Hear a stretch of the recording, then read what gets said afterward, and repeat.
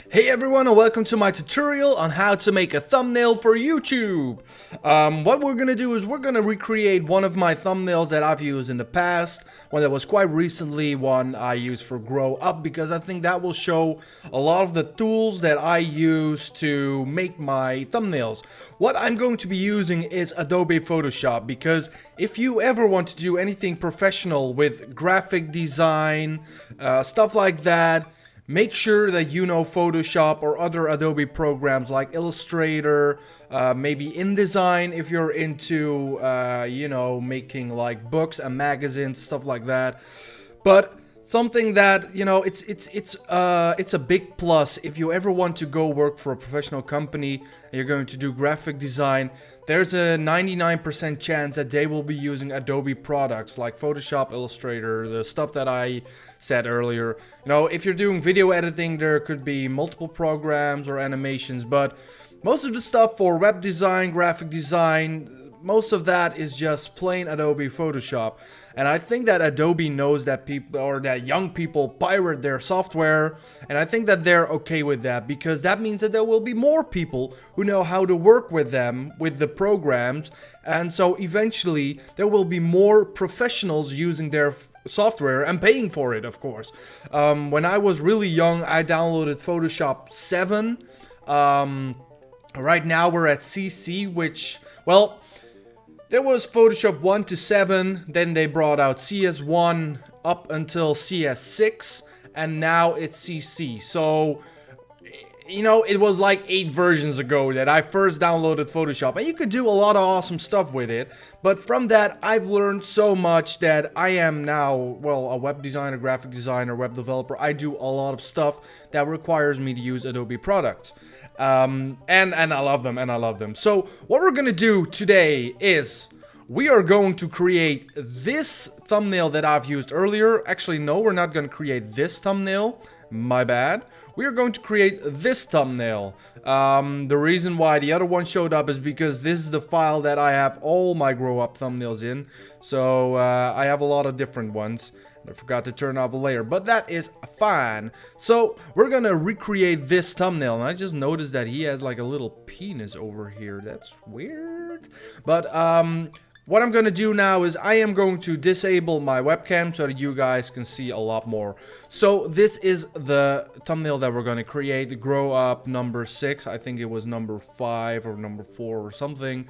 But we have the little lepel guy in here. We have the bee on the foreground that we can move.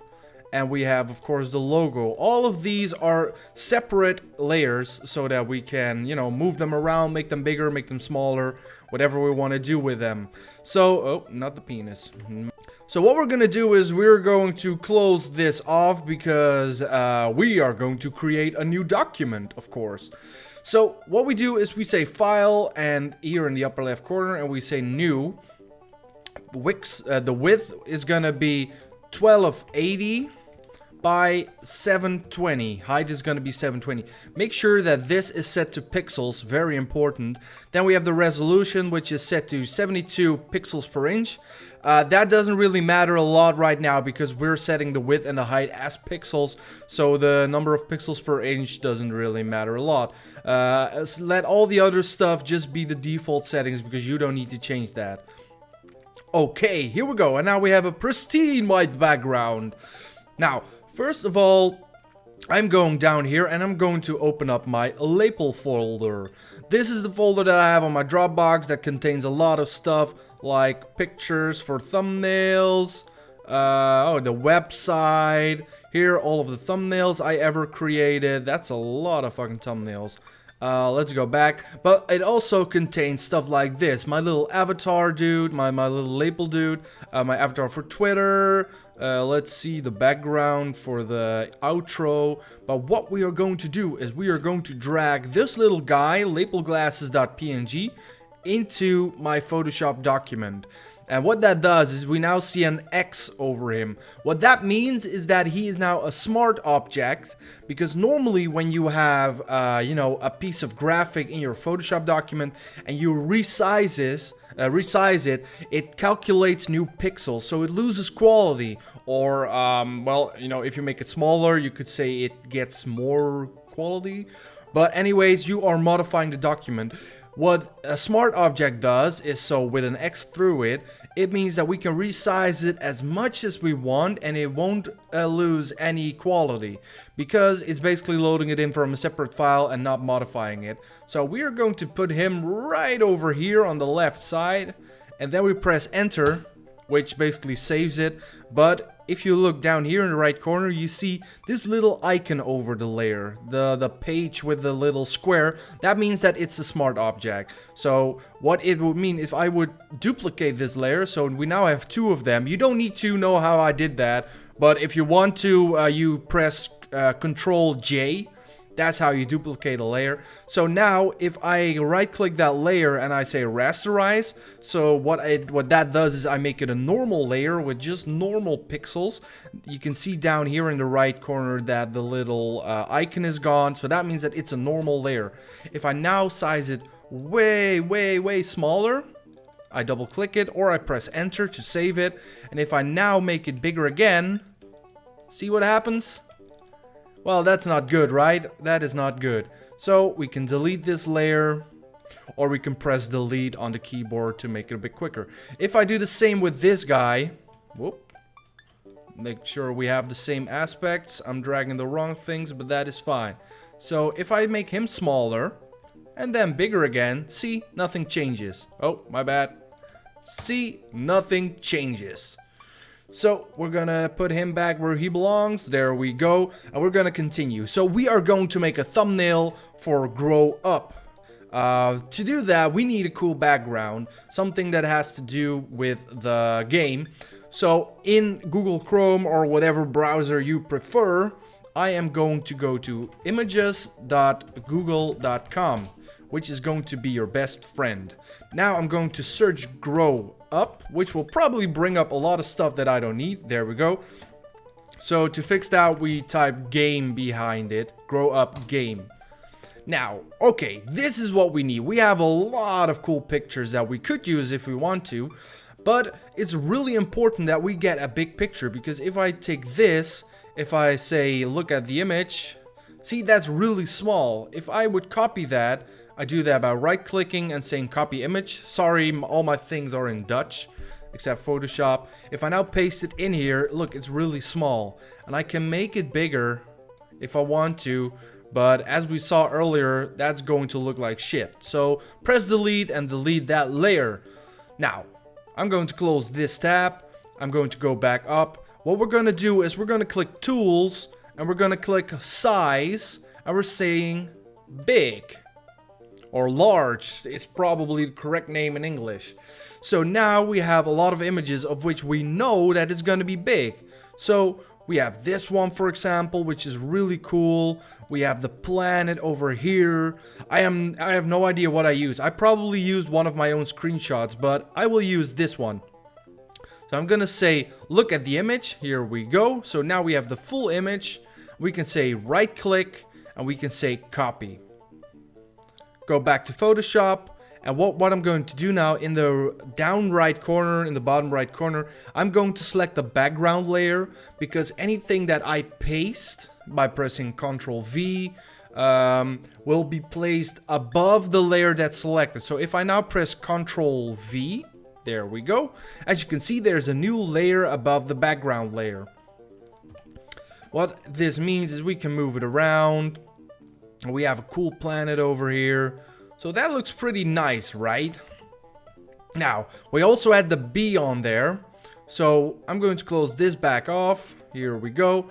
And I knew that I saw this bee somewhere. Here we go. This is the exact place where I got the bee from.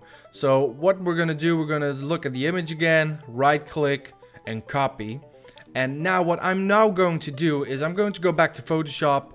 I'm going to make a new document. Here we go. As you can see, the width and the height is now different, because it will automatically take the width and the height of whatever I've copied.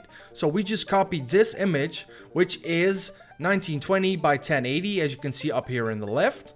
And if I click OK, we get a document with exactly that size. So if I now Ctrl V, paste in the image, here we go. That's what we need. Now, I'm going to zoom in a little bit by pressing Control and plus. If you have a keyboard that has a numpad on the right side, you know, the 1, 2, 3, 4, 5, 6, 7, 8, 9, you will probably have a plus and a minus sign in the upper right corner of your keyboard, which is really handy for zooming in and out a lot. So I'm going to hold Control, I'm going to zoom in a little bit, but that's not really what we wanted to see, right? So we could use the scroll bars here, but that's going to take a long while. What I'm going to do in Photoshop is I'm going to hold space, and you can see that my cursor changes into a little hand. So by holding space and clicking and dragging, I can actually move the image to wherever I want to. So here we go. We have our little bud with a penis, whatever. And we want to cut him out. So I'm going to zoom out a little bit with Control minus, you know, plus minus. And we're going to cut this out. So the great part about this character is that it's all straight edges. And I'm going to select one of my favorite tools to use to cut things out. Up here in the left corner we have the lasso tool. And it's already on the polygonal lasso tool. But if we right click it, we can see all of them. So the round one, or the elliptical one, or the whatever you want to call it, this is the default setting. So what that means is if I click and draw on it, I can draw whatever I want. So that's actually quite a nice circle. But the problem is if I want to go and select him, as you can see, that's not really going perfect. So I'll be selecting a lot of stuff that I don't want to select. So I am going to right click the lasso tool up here in the left corner, and I'm going to select the polygonal lasso tool, which means that I can't really drag, but I can draw in perfect straight lines. Every time I click, it creates a new angle, and that way we can select a perfect, well, perfect, that's not really perfect, but you know what I mean.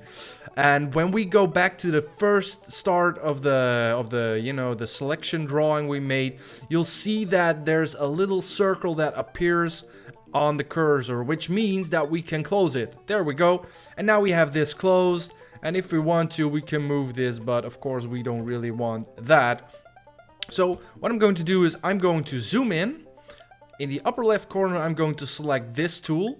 The shortcut for that is L, by the way, the L for lasso. And you can cycle through the different lasso tools by holding shift and pressing L. So we have the normal one, we have the polygonal lasso tool, and we have the magnetic lasso tool, to which I'll probably get later on. We don't really need it for this, but you know what? I'll show it right now. So we've talked about the lasso tool, the polygonal lasso tool, and the magnetic lasso tool. The magnetic lasso tool means that you can actually make it select whatever it wants. So as you can see, this is going quite nicely. Not perfectly, but what this does, it looks for contrast and it will select whatever you want based on contrast. So this is quite a well visible line, so it sees that and it can connect to that, but it's not really that perfect. But it's great for you know, getting something really, oh shit, my bad, for getting something that's, you know, a bit round or a bit bumpy or whatever, and you don't really need to be that precise.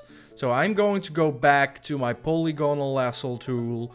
Man, that's hard to pronounce. Polygonal lasso tool. Damn. Okay. What we're going to do is we're going to click on each corner of whatever this thing is, of this little bee. So each corner, there we go.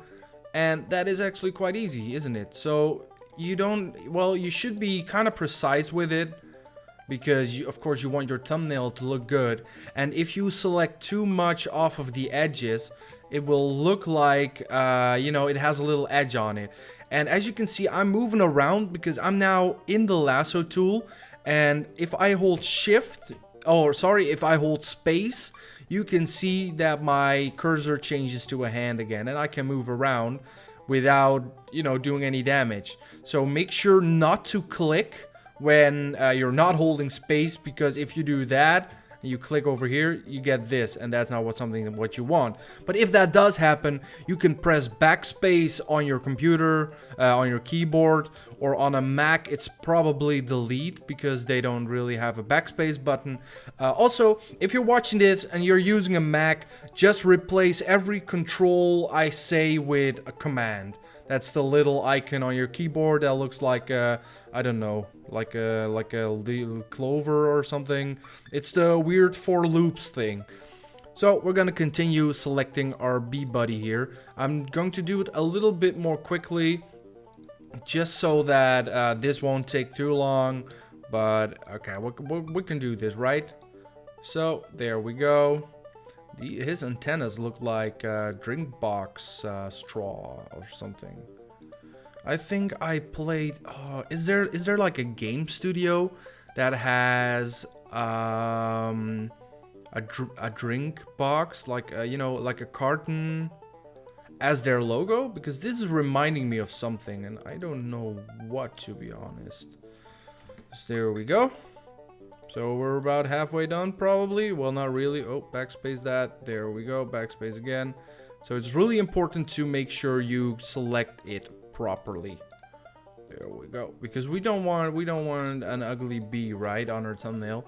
We want our thumbnail to be awesome, to get all the views on YouTube, and that people look at it and be like, oh wait, what the fuck? Oh my god, look at that. Actually, you know what I'm gonna do? I'm just gonna draw this straight through. There we go. I'm gonna do this. See, that works too. I could have cut out that little piece separately, but I think this is gonna work beautiful too. Oh, my bad. Let's go up, up, up, up. There we go. Just a little bit more.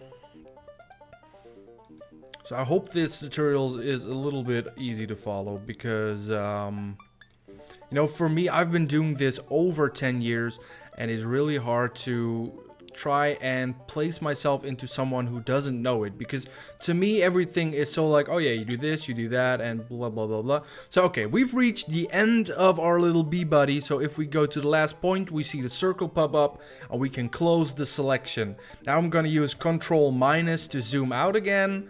I'm going to press space and click and drag to move my document, and there we go, we have our bee selected, but we don't have his hands. What I'm going to do first to prevent fuck-ups is I am going to go into the selection. So I'm going to place my cursor onto the part that I have selected, and I'm going to right click it, and then I'm going to say layer via copy, which basically means that it will only copy whatever I selected into a new layer. There we go. So if you look at the right bottom side now, we see a new layer, layer 2. And if we go to our moving tool, which is up here on the left, I didn't really explain that, by the way, but these two are really important. First of all, we have our selection tool, which let us select, you know, boxes, and it's basically my normal go-to tool. When I'm not really doing anything, I usually go to this tool because it can't fuck up anything. The keyboard shortcut is M. So if I press, for example, L to go to the lasso, and then I press M to go back to the select tool.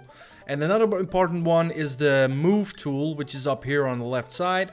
And that shortcut is V.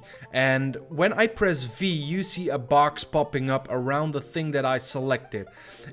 If you don't see that, look up into the upper left corner, which says show transform controls, and make sure that is checked, because that will allow you to see whatever it is you're moving, which is really awesome to me, if you ask me. We also have the auto select feature that might be on by default, but I don't like it, because that means that if I click auto select and I click somewhere else, it will select whatever I'm clicking on. And so when I'm moving this, and whoa, look, we have 2 bees. I'll get to that. But I turn it off because I really don't like it. I much rather select my own layers down here in the layer panel. So we have copied our bee, and we have selected the move tool by pressing V. This means that we can now move around whatever we selected. Now look, that looks perfect, right? That's because of the move tool. Now if you look at his bottom left foot, you can see a small light edge that wasn't really selected perfectly, but we'll get to that later. And as you can see, it's not really that noticeable, so you know, it's not that big of a problem. Now, I'm going to put back my little buddy. There we go. So they are on each other perfectly because we need to select some hands. And this should go a lot quicker. So I'm going to press L on my keyboard. There we go. So we're back in the polygonal lasso tool. You can also select it over here with a right click. We're going to select his little hand. So first of all, I'm going to select this. There we go. And after that, we're going to select his other hand immediately together with with this hand. So, okay, almost done. Little bit. There we go. Boom. Okay, we have his hand selected. Now, we could immediately, you know, layer via copy, but we're not going to do that. We're going to hold space and we're going to move while it's still selected. We're going to move to his other hand, because we're gonna select that too. Now, we have our lasso tool. Now, don't click anything, because if you click anything, it will deselect the other hand. What we are going to do is we're going to hold shift. And as you should be able to see, there's a little plus sign popping up on my cursor. That means add to. So if I now click once, there we go. Now I can release shift because I've already added it to the other selection. So we are selecting this now, but if we move back to the other hand, we can see it's still selected. So that is awesome. Once again, make sure that you don't click anything else, because it will deselect the other hand, and well, you can then do that again, all over again. And that can be very frustrating when you're selecting big pieces. Luckily, I've learned to cope with it, but I had to reselect a lot of things in my life. Now, I'm going to hold control again, and I'm going to press minus to zoom out. There we go. And we can see by moving with holding the space button, we can see that they are both selected. So we can now right click into the selection and say layer via copy again. Oh, see, could not make a new layer from the selection because the selected area is empty. Now, it's saying that because here in the layer panel, we still have layer 2 selected. And layer 2 doesn't have the hands on it, it only has the B. So we can't select it because there's no pixels there. What we need to do is we need to select layer 1. Here we go, because that's the layer with everything on it. And if we now right click the hand and say layer via copy, there we go. And if we press V again to go to the move tool, we see the box surrounding the hands, and we can actually move the hands around. That's pretty cool, right? See? Oh my god, I just noticed that these hands are exactly the same.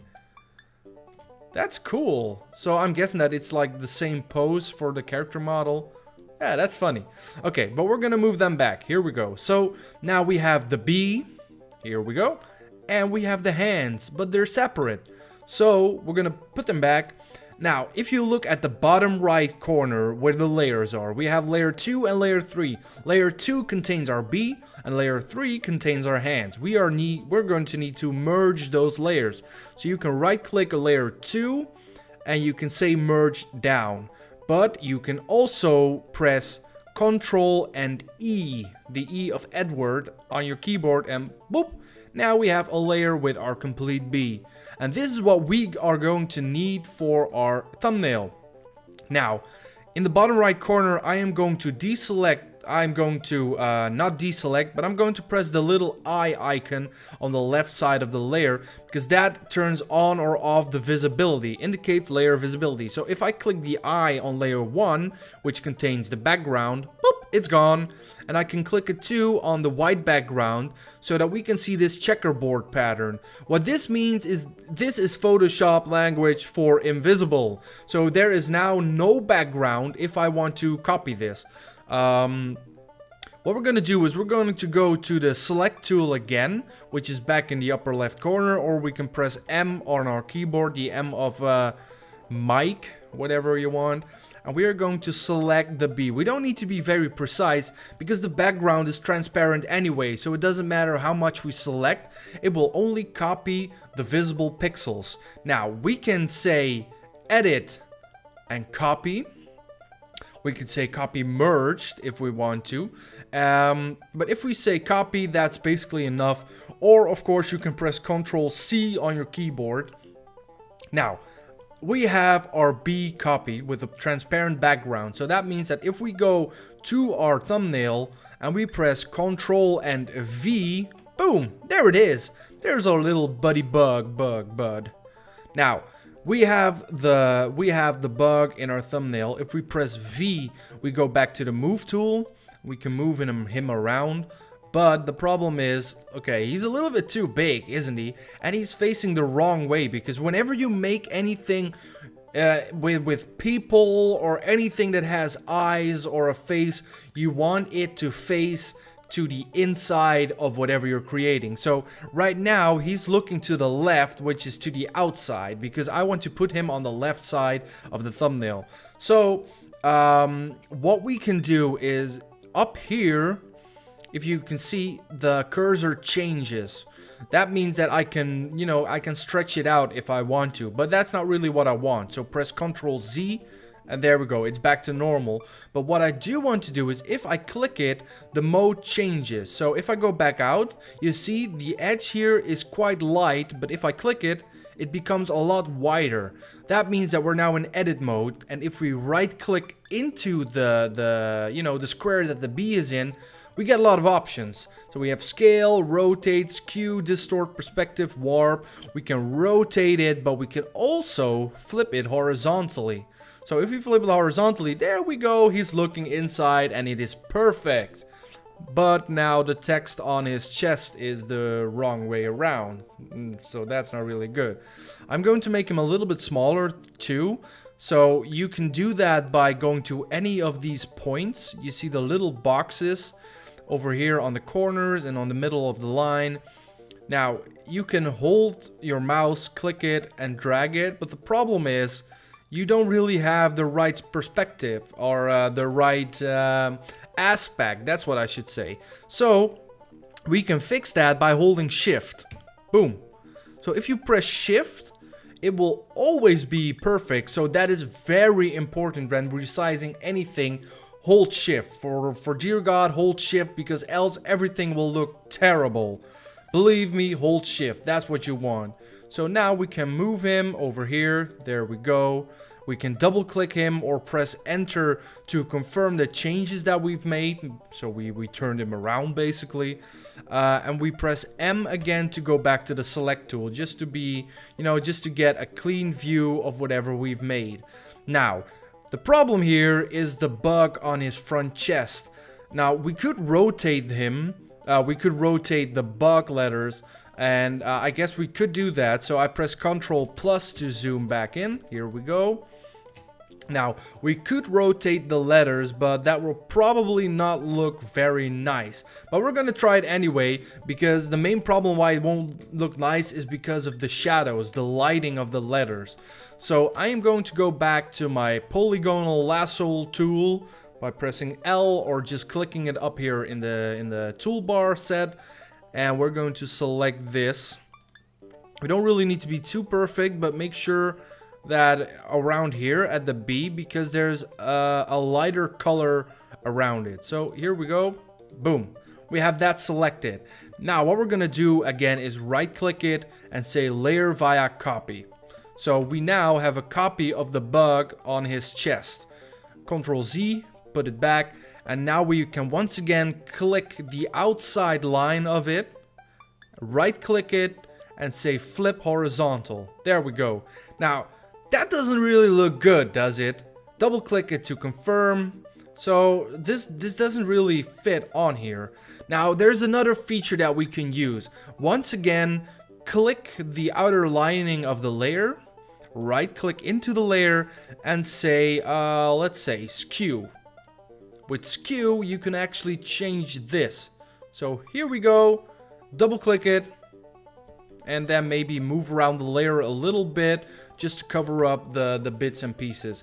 Now, this doesn't look good, does it? It just looks awkward. And that's because of the lighting. That's because of the shadows that surround the letters.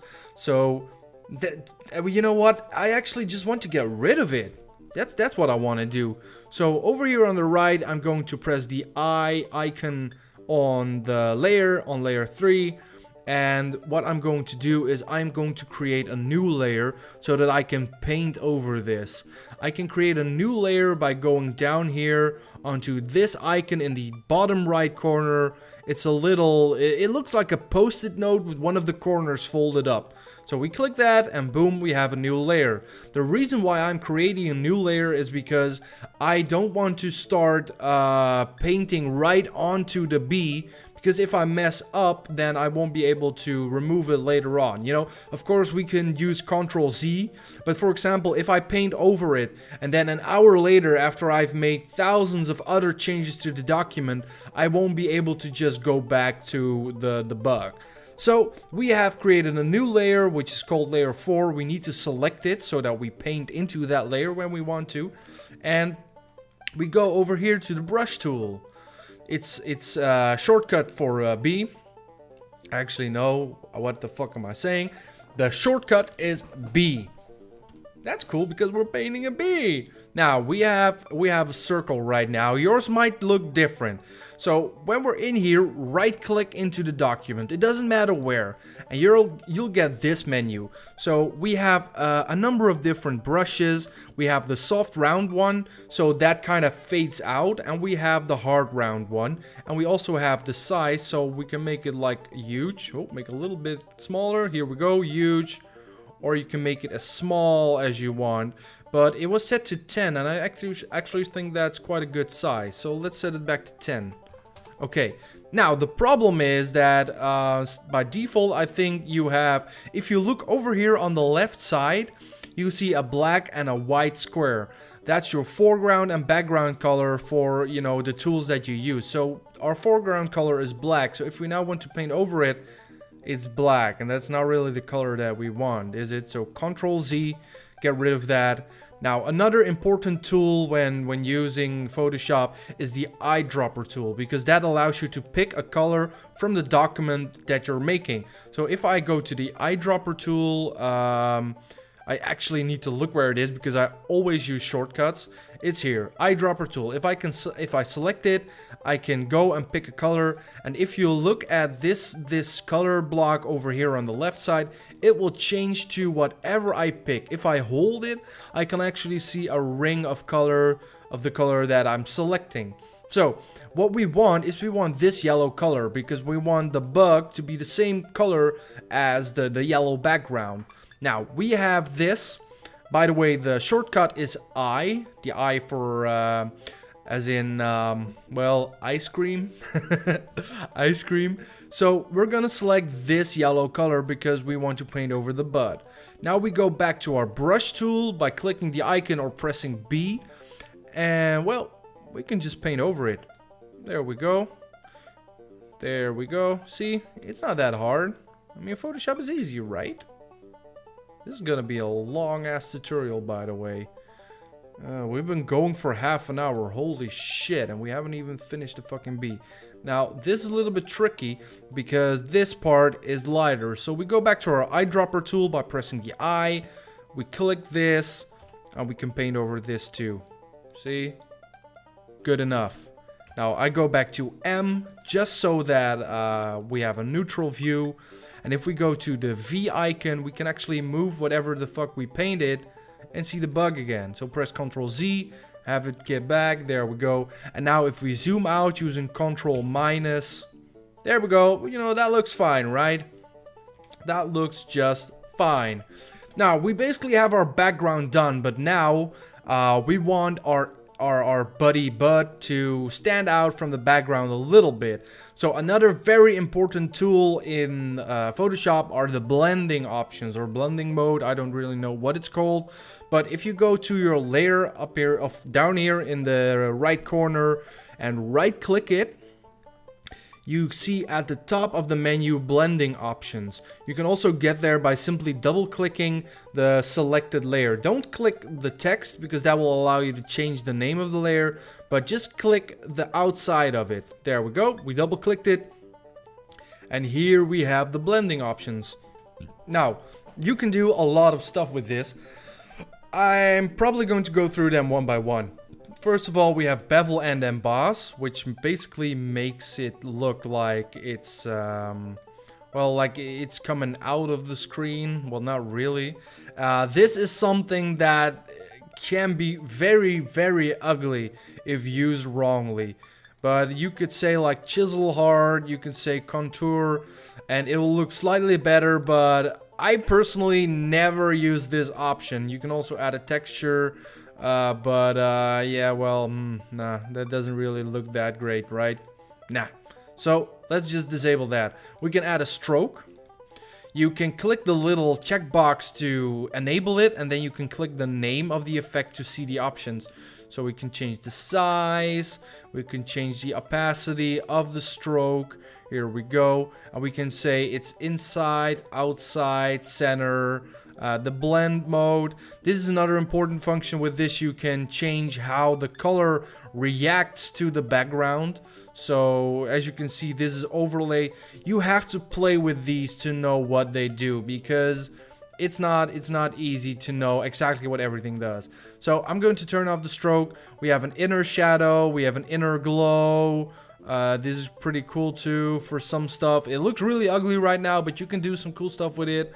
Satin, I don't really use that ever. I don't know why, because, well, yeah, I don't know. Color overlay, gradient overlay, pattern overlay, an outer glow, or a drop shadow.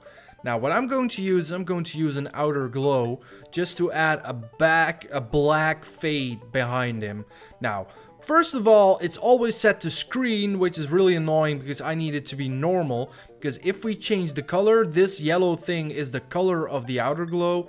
If I change this to black, you won't see it because the blend mode is set to screen and black won't really show up with screen. So set it to normal. There we go. So now we see the outer shadow. We can use the size slider to make it bigger. We can use the opacity to make it, you know, a little bit lighter. So this is full opacity. You can make it something like this. And well, I actually think this is pretty good for me. For now, at least. Normally I tweak with it a little bit more, but I'm going to leave it at this right now. Now the problem is that with that black drop shadow or with that black outer glow, you can see these edges that haven't really been cut out properly a lot better. And that's not something that we want. So we can try to fix that by using an inner glow. So that's a big inner glow, but no, we're gonna make that black again. So set it to normal and then switch it to black. Well, this is not really what we want because we want the size to be a little bit smaller, and I'm just going to make it really tiny so that if you look at here, the edges are gone a little bit. It doesn't matter that much because YouTube thumbnails are usually really small. So if I zoom out, this is probably the size that someone is going to see this thumbnail at. And well, as you can see, that doesn't really matter a lot. I'm really annoyed by the bud in the background. Maybe, okay, let's do it like this. This looks a little bit better. Yeah, kind of a little bit better. So another thing that I usually do with a background is I add a vignette. And I do that on a really simple and easy way that a lot of people are probably going to hate. But once again, I'm going to go to my layer panel down here in the bottom, and I'm going to create a new layer on top of layer 4. So I have layer 4 selected so that when I create a new one, it's going to be above that. Now, then I'm going to go to my paint bucket tool that's right over here, which is normally selected by, wait, I completely forgot the shortcut for the paint bucket tool, which is a G, the G. So what this does is if I click it, boop, it just fills the complete layer with color. If it doesn't really do that, make sure you check these options up here. If you have all layers selected, so if I undo that and I say all layers, it only selects this. So we don't want that. We want it to select everything. But what are we going to do with this huge yellow field? Well, actually, we're going to do nothing with that, because if we go to the layer, up here we have two percentages, fill and opacity. The difference between these is fill is only the content in the layer, so the yellow that you see right now. and not the effect. So for example, if I would add inner glow to this and I would set the fill to 0, you would not see the yellow color, but you would see the inner glow. And that's exactly what we're going to do. And opacity changes both of that. So then it would, well, if you set opacity to 0, you're not going to see anything ever. So we set fill all the way to 0 and we have our thing back. But we can still see the yellow layer in here. So we're going to open blending options for it. And we're going to say inner glow. There we go. Once again, it's set to screen, so set it to normal. We're going to select a black color for it. Now that looks really ugly, doesn't it? So we're going to increase the size a little bit, and we're going to set the blend mode to overlay. What this does is it might not be that visible for now, but it adds a little bit of shade to the edges so that when it's displayed on a white background, it will look well, at least a little bit like it's set into the page. You can see the difference behind the back, you know, the thumbnail and the white background, so that it has a little bit of depth. Now, with that done, we need a logo because we're gonna play Grow Up. I'm going to go back to my Chrome. I'm going to close off this tab, and for example, well, this is actually quite a good picture. We have the Grow Up logo over here. At least if it would load. Let me guess. It's not available? Yep. Page not found. Okay, so that's not something that we need. But what we can do is we have Grow Up Game. Let's change game to logo. Okay, so that's still not good. So we need to change it to Grow Up Game logo. Boom. Here we go. Oh, this is the same one that's broken, right? Yeah. So we have this one. Let's see. That's not really the one I want. Or is it? Because I'm trying to find the logo that I've used in my own game. No. It's really important to get a high quality. Ah, here we go. This is what I needed. So, as you can see, we see the same checkerboard pattern that we saw in Photoshop, because that means that the background is transparent. If we look at the image, here we go. It's perfectly transparent. Now, one of the problems with a PNG, as you can see in here, it's a PNG. PNG allows transparency in the image, like GIFs does, but it actually has an alpha channel that you can set to a certain percentage. But the problem is that if I copy this and I paste it into Photoshop, it adds a black background, and that's just a problem with Photoshop. So to fix that, we would have to save the image to our computer and then open it in Photoshop. But what we can also do is we can right click it and copy the link address of the image, so that now if we paste it in, we have the exact same address. Now, that is pretty cool, because what that allows us to do, at least in Windows, on Mac, sadly there's no other option than just saving it to your desktop and opening it. But in Windows, we can say File, and then we can say Import. No, wait, sorry, we can say Place. It will open up a window to our computer, but what we can do is in the file name, we can paste in the URL of the image that we had and say place. Now what that does is your computer will download the image and place it into here without the black background. Isn't that amazing? And that's something that you can do with anything. So if you find a picture on the internet and, for example, you want to upload it to Twitter, just open up the screen where you can select a file on your computer and paste in the image link. That doesn't always work if the URL isn't formatted properly, but usually it does. So as you can see, we now have the X through the image once again, so that means that it's a smart object, so we can resize it as much as we want without destroying the pixels. So we make it a little bit smaller. Here we go. Grow up. There we go. That looks nice, doesn't it? We double click it or press enter to confirm the changes, and this looks really cool actually. So I kind of want, because I know that the Grow Up logo has a little bit of glow around it, I want it to stand out a little bit more, because if we zoom out, is not that well readable anymore. So zoom back in with Control plus or Control minus, whatever you want to use. Right click the layer, blending options, and move it a little bit to the left. So we're going to use the outer glow once again.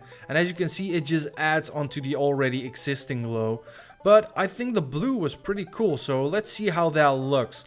So set the blend mode to normal because we don't want it to be set to screen. Click the color and let's try and match the blue a little bit that it had. I'm not quite sure. Actually, I think I'm going to just use black because that's much more readable. I can use the size to make it a little bit bigger and the opacity up here to, you know, make it a little less black. Here we go. Okay. And well, if you ask me, that looks pretty good, right? Yeah.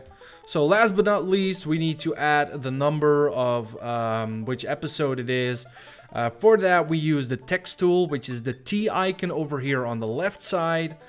And with it, we can drag. By clicking and dragging, we can make an area where we want to add text. So I'm going to select kind of a square. I'm going to type in a pound and a 1. And, well, that's basically it. So, done. Nah, just kidding. So, it's yellow now because we still have the yellow color over here for the foreground color. But we can select our text. We can go up here to change the color to white. Done. Now, it's white, but we want it bigger. So, we can select it. And in here, in the drop-down menu, we can make it bigger. But, well, it doesn't go bigger than it already is. But if we stand on this icon, we see a little arrow to the left and the right. And we can just slide it to make it bigger. There we go. That wasn't so bad, was it? Now, for this, normally we would press enter to confirm changes, but if we do that, it will just type and enter. So to get out of this, we need to hold control and then press enter. There we go. That's basically the same thing. If we press V again, we go to the move tool and we can see the bounding box around it. And we want to be over here, but I want to turn it a little bit. So if we move to the corner just right, we'll see, you know, 2 arrows in a little corner.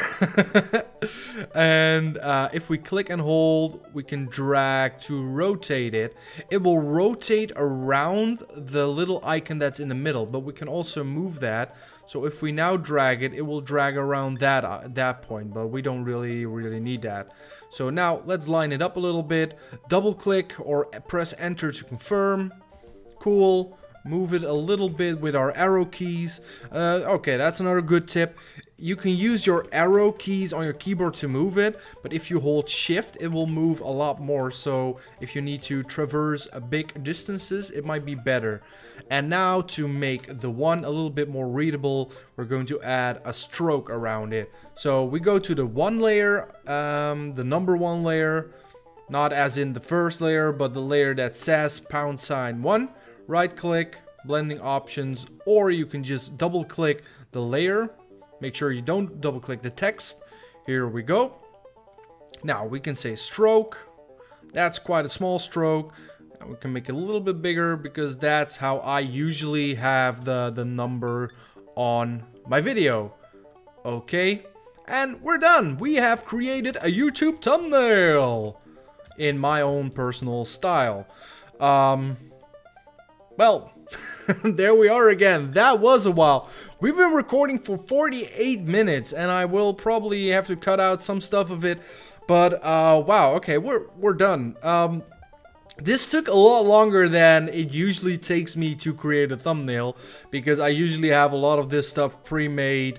I think it might take me like 5 to 10 minutes to create a thumbnail or whatever. But well, I hope this was of any help, and if you have any aspiration to become a web designer, graphics designer, or whatever, I'm not telling you to illegally download Adobe Photoshop, but I'm also not quite certain if Adobe would really mind some kid downloading Photoshop to try and learn how to work with the software so that they can eventually do it professionally.